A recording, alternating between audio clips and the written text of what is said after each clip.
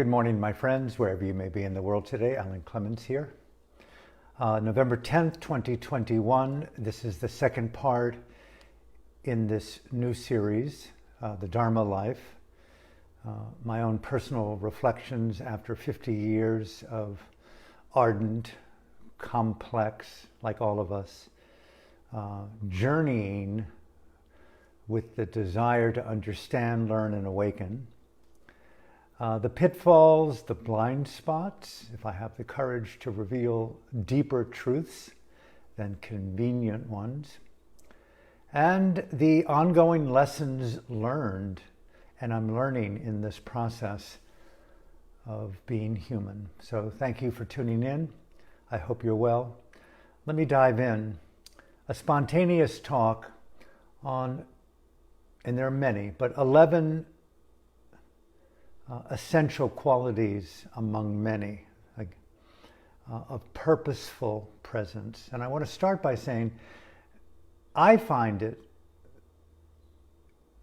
crucial to develop the habit to document the evidence of your own liberation through self-conversation, through self-therapy, through meditative notes, through all forms of self-reflection and analysis, conversation, that you begin to anoint and elevate the insights, the struggles, the complexities, the learning that you personally find in the most intimate, sacred space of your aloneness, and to document the evidence of your own consciousness, not just for oneself, clearly, but for the children, for strangers, for family and friends, and equally for the unborn. It was said that these ancient Dharma teachings attributed to, in my particular tradition, the Buddha, were listened to with tremendous presence. And it's said in the traditional Buddhist text, the Tipitaka, when the Buddha passed away, that the congregation of Sangha, the men and women who were moved by this Dhamma, this Dharma, they gathered in systematic councils, if you will, to recite and to talk and to discuss the so-called Dhamma teachings attributed to Buddha, the Buddha mind. And we have what we have today based upon the vocation of men and women before us, documenting the evidence of their own liberation in relationship to the context of their lives. Without that documentation, there would not be 200,000 Buddhist books on Amazon today, all attributing a fidelity to the true teachings of the Buddha that were never written down. For several hundred years, the oral tradition, and now that we have the digital medium, we have pen and paper, may I encourage you, do all that you can. Yes, read books, study books, but it's your book, it's your journal, it's your documentation of liberation in your own personal mapping of consciousness that you can rely on as authentic evidence of your edge, your presence, purposeful presence. That's number one. Secondly, again, it probably goes without mention, but Dhamma life, the Dharma life as I understand it, coming right back to the foundations of my time in a meditation center in the country of Burma, we were encouraged, and I want to pass this on, especially to the youth, the teenagers, and the children, that Dhamma, yoga, the transformation of existence from interiority to itself within one's own mind, and the transformation of interiority, consciousness, at the confluence of the senses with the impressions that come through the senses, that process is an all-time event. We are conscious, whether we're conscious or not, all day long. In the monastery, we were encouraged to see that essentially when one wakes up, I've got a congestion from my travels, and so I might have to cut this short and see. But from the morning one wakes up, essentially the human mind is moving with an unrecognized intentionality. Everything is being done based upon an impulse from the substratum of consciousness. The impulse for me right now to enunciate, to speak, the intention to turn my head to the right, and the intention to realign my head and face and my words to present time activity with you. We were encouraged that we change our posture all throughout the day. How well do you know what you do, why you do, the purpose of why you're doing it, and are you present with those various modalities of being? In other words, no time off. And so we were encouraged to remember that the Dharma life is an all-time, all activity, all event engagement. I include all states of mind that arise as intrinsically natural. To see them, to feel them, feel their texture, to know their true nature, their true function on two levels. One, their unique characteristic. All states look, see, feel, know. All states look, see, feel, know. A simple thing to remember. All states look, see, feel, know their nature. Know sadness from compassion. Know patience from restlessness. To study these textures on the level of their unique manifestation and their unique characteristic. And then equally, a sensitivity, if you will, a mindful, intuitive poise, a receptivity to see their behavioral characteristics. It's one thing to be literate of the state of mind, the SOMs. Yes, I see love, that's sadness, that's greed, that's truthfulness, that's integrity, that's self-deception, if we're so lucky. But equally, I see that when I see them and know them and feel them, they disappear. They arise and disappear, arise and disappear, arise and disappear. Many of you know that I'm very fond of bringing my Burma today to Baldwin Beach here on the island of Maui. My two intensively beautiful meditative walks along this extraordinary shoreline of planet Earth and galaxy, who knows what it is. And I bring it up because, yes, there is the wind, there is the light, there is the body, there is the intentionality, there are thoughts, there are images, there are memories, there are times, there are fears. And each of them, to my own humble ability, I notice. But equally I notice, because of the context even more vividly, the sand, the wind, the waves, nothing is stable. Nothing. No place, no perception. Even when I stop and close my eyes on that beach, and you feel the sand particles of infinity, you breathe the oxygen of totality. You open your eyes to the luminosity of infinite photonic vibrations, and you feel the symmetry of the earth around the sun. And here we are, standing in some form of gravity in relational space.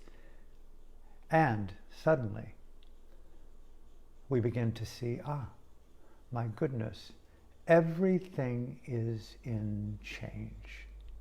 Everything is in flow. Everything is impermanent. Everything is evanescent. If we really, really felt that, Alan, when I'm really breathing and feeling and seeing into both the reality of what is present, look, see, feel, know, and equally know something beyond just the unique characteristic, know the common characteristic. It's impermanent, it's changing, it's conditioned. The observer of the change is equally in change, a simultaneity of changing vibrational frequencies without centrality. Allowing ourselves to open to the spirit of insight and have the courage to feel more intimately, what's so surprising about something arising and passing away? How easy it is to be allured by permanency, fixation, and we try to grasp. Insight into impermanence is the antidote to attachment. Those two things to begin with. Now, 11 essential qualities, let me just go through them briefly. They were spontaneously put down this morning. One, can't speak enough about the power of adventure, making life something other than a vocation of livelihood and work. The power of mystical Dharma adventure. Uncontrived naturalness, number 2. Uncontrived naturalness. It's so easy to posture and pose, as we know. 3, intrinsic authenticity. Not so much the art of becoming authentic, but to feel more deeply into that intrinsic authenticity that is uniquely expressed through the filterization of you. It's so easy to create an orthodoxy of what authenticity means as a cultural puppeting. And all of a sudden you find yourself in a kind of expected denial fixation routine of sheeple within the spiritual paradigm of an elite kind of spiritual gangster cult. And yet everyone is speaking about being authentic, and yet there's a complete contrivance of the expression. So intrinsic authenticity is the courage to feel the uniqueness of self without the reference point of how it should be in relationship to other, or the expectations that we've interiorized and we become more familiar with inside, and we compare ourselves to those deeper, unrecognized images of self-expectation. 4, courageous self-accountability. The ability to train the mind to look more intimately and carefully at the edge of one's own denial, obstinance, arrogance, pride, and begin to see the virtue and the rapture at times, even the high joy. It's not to berate oneself as pastime, but to be accountable to oneself that you are your best teacher, you are your best therapist, you are your best guide, you are the most accountable person in the world to you. And to develop that attribute of courageous self-accountability, admitting our shortcomings, admitting our wrongs to ourselves. We don't have to make a big declaration on Facebook or Instagram about our shortcomings or our foibles. They could be forms of pretense as well, to state the obvious. But to delight in the self-accountability of being in awareness of one's own inabilities at times, to me, is a tremendous virtue. A lifelong virtue. Enduring resilience. Resilience is one thing, but when I couple it with enduring, it gives me a sense of purposeful, slow, meticulous, careful cultivation of a type of environment along the landscape or within the landscape of existence. Enduring resilience.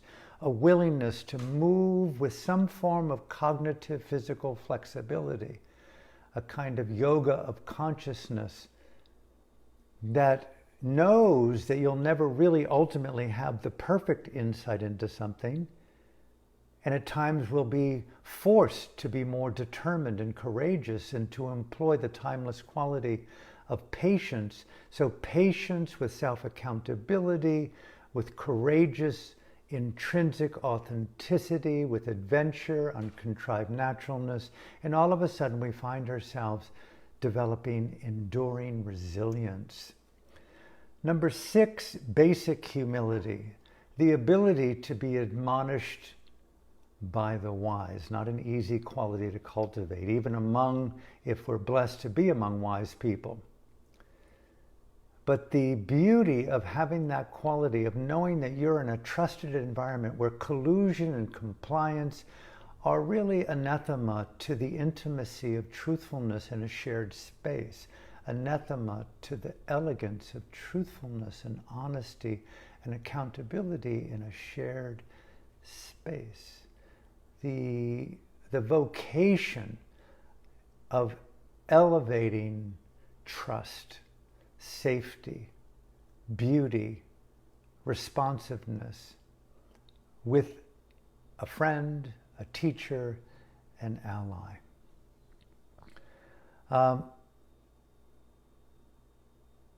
Creative perseverance. It's not easy to do what we do no matter what it is that we're doing. There'll be blind spots, there'll be struggles, there'll be hungers, there'll be distractions. But to keep one's eye and keep one's soul, so to speak, on the star, on the horizon, in the sky, to see the constellations, to see your own unique galaxy.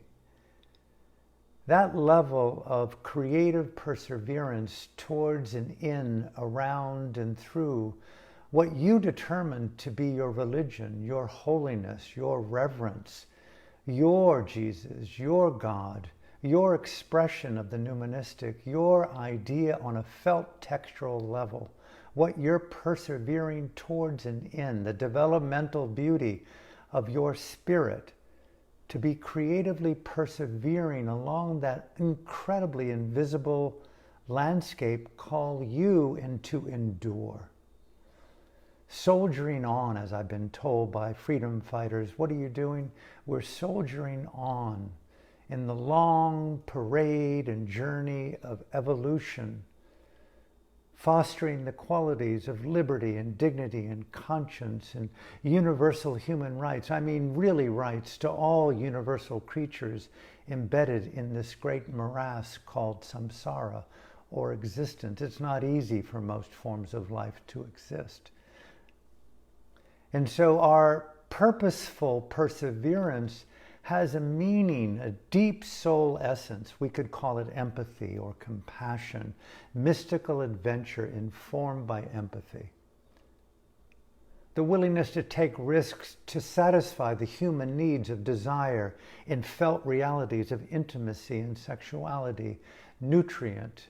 At the same time, I see and I feel a context larger than just my own needs and felt pleasures, and I look at the other with an eye, a soul, a heart of caring, a quality of caring that informs creative perseverance and mystical adventure, the beauty of empathy, compassion, and caring.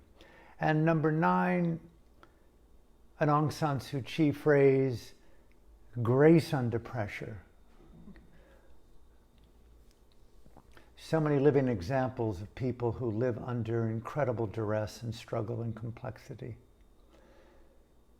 I see the posts on Facebook and Instagram of my family and friends with their brothers and their father and their uncle and their aunts and their leaders, primarily in my spiritual home of Burma, where they've been imprisoned, incarcerated. Some are grieving their death. Death through torture, death through disappearance, death through assassination, death through rape.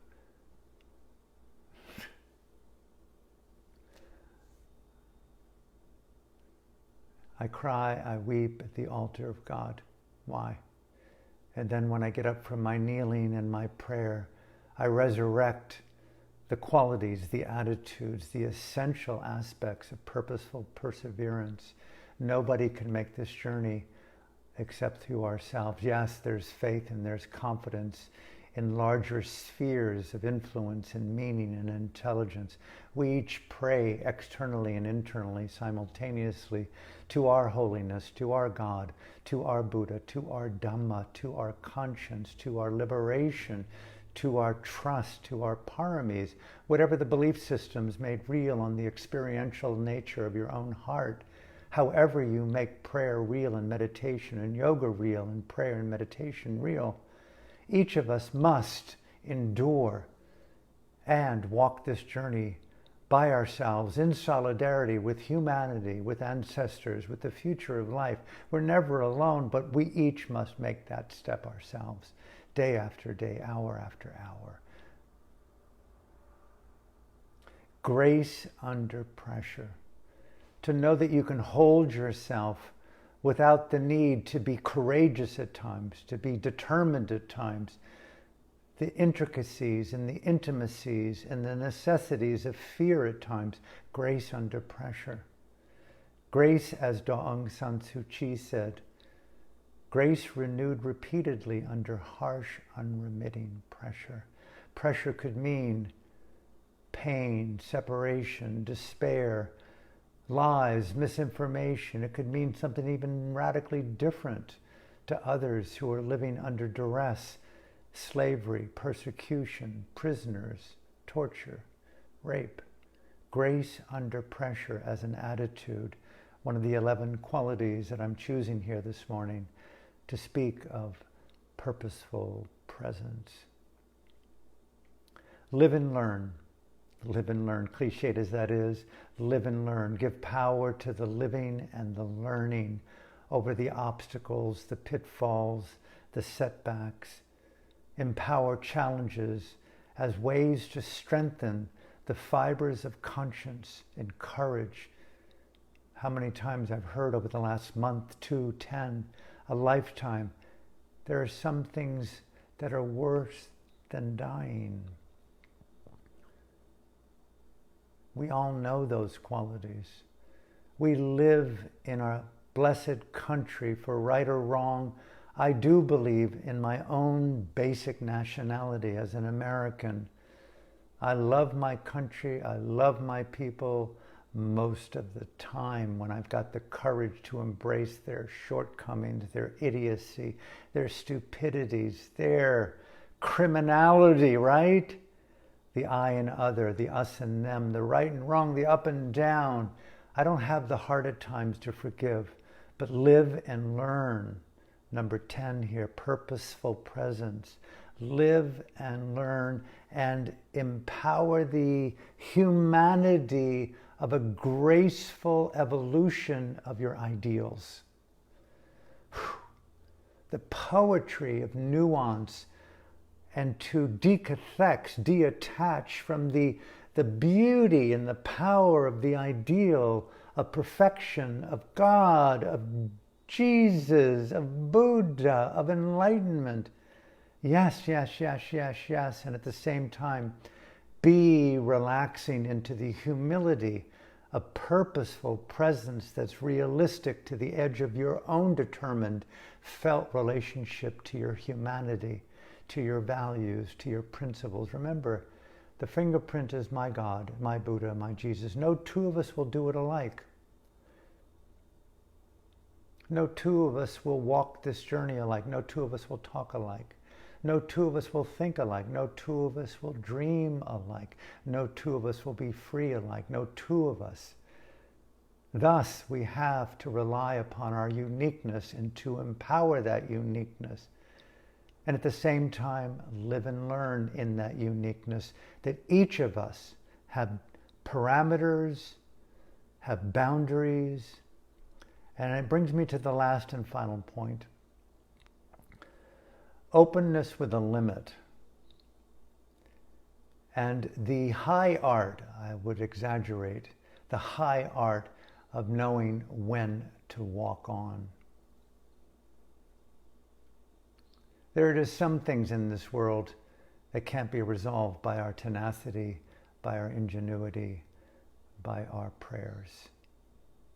We may hope, but at the same time, openness is a virtue, but having limits to our own capacity is a strength of wisdom. We're evolutional creatures in a bubble of vulnerability, trying the best that we can to be something larger than an embryonic molecule of the God Spirit as we emerge into our aging process. We're all infants, no matter what age, in relationship to this mystical mystery of madness. And we're doing all that we possibly can along this journey to live and to learn with openness and boundary and limit and parameters and the wisdom to walk on. Allow me to end today and be in process for tomorrow, the part 3.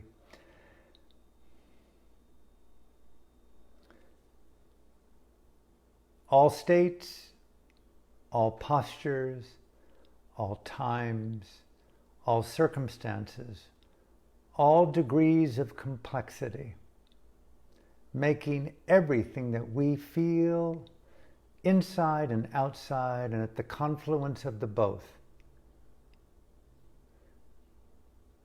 giving it our mindfully most intelligent, compassionate, wild presence possible.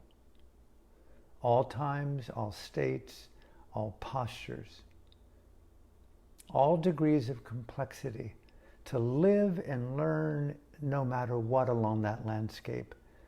And to keep, this is one of the things, to keep that dream of what it is that you in your quiet moment get to in your prayers, in your silence, in your psychedelic research.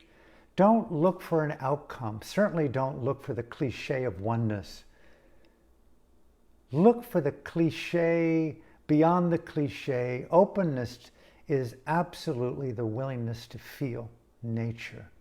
What is the reality deepestly embedded in your heart? I think of my time with my grandmother and my mother and my congregation, sisters and brothers, in going to church. And Jesus was born among us. The Buddha was born among us. All these people were born among us. They're humans, born to mother and father. They had vocations. A carpenter. And decided to what? Let his hair grow. Take off his sandals. Renounce the saw, the hammer, and the nail. And simply walk on the landscape of existence in the country, in the land of his birth and adolescence and early adulthood. Chose to listen to something metamorphically deep inside the soul. And that life of Jesus is identical to the life of you and me and Mary and Buddha and Sariputta and Allah. All human beings, all life forms that have ever lived, 800 billion, they say, just in this epoch alone on this planet. We are walking the holy life, the Dharma life. What will it be? How do you let your hair down? How do you take off your sandals? How do you put on the robe? How do you renounce your livelihood to understand more the vocation of your soul? Isn't that the Dharma life? It doesn't negate livelihood. Yes, there are probably lots of people. We could not be who we are without those who do what they do technologically. Drivers, pilots, nurses, frontline attendants. Everybody has their place, but at the same place, in the same time, that vocation of the soul. What is it? Listen. Listen. Do not betray the evidence of your richness, your greatness. I see so many people I know traveling the world for 50 years, friends, family, acquaintances, teachers, some now whom are enemies, not of mine, but are competitors. I see and feel, and even in my own humble estimation of my own journey, how easy it is to listen to a compromised voice and to sit, stand, abide in a form of denial and self-deception, an accolade unwanted, undeserved, and you live in that type of paralysis of false certainty. And how do you reinvent in your home today? I have a dream. What is it? Make good on the promise, right? Is it the photograph? Is it the painting? Is it the song? Is it the poetry? Is it the album? Is it the book? Is it to change vocations from being a psychotherapist into a Dhamma savant? Lots of risks go on in this life to shed skins. And to me, here with Jesus, he walked on. It said through these texts that he spoke about the power of love and forgiveness and healing and listening to the God pulse of one's own soul. I ask you to ask me, to invite you to invite me, should I forget, to support each other along this great journey. Support each other. Give to each other. This is the wrapper of all 11 today of Purposeful Presence. Support each other. Care for one another. We are a family. If I'm learning anything today in this post-pandemic period called, I say, the endemic, it's so easy to be lost in the right and wrong of vaccinations, the quantities of adverse effects, misinformation, criminality of whom, what, where, when, how, the fear projection based upon mainstream corporate media propagating their own forms of data / truth / misinformation. Oh my God, boosters, perpetuity, adverse effects just now beginning, often being denied, kept off the records. What an incredible moment, a challenge. And at my point, we need each other more than ever. How many people who've had positions of power, privilege, and wealth, and for some strange reason, they denied that they were part of this planet, and the volcano of denial erupted and the lava melted their positions, and they were humbled against their will and sought redemption, prayers for survival among whom they persecuted. Anicca vata sankhara, all things change in this great world. Walk on the beach of your own existence, on the shoreline of change, and feel those sand particles and those photonic oxygenation moments. Everything is in change.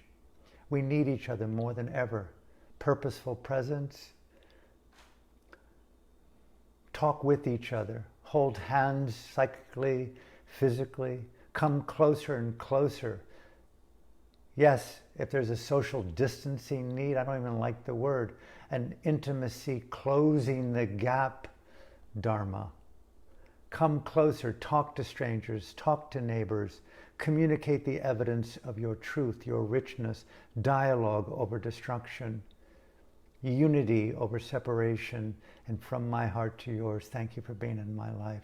Have a beautiful day. God willing, see you tomorrow for part 3 of this, the spontaneous sharing of reflections on 50 years of the Dharma life. Lessons, pitfalls, and addictions and deceptions. So have a beautiful day. Thank you for tuning in.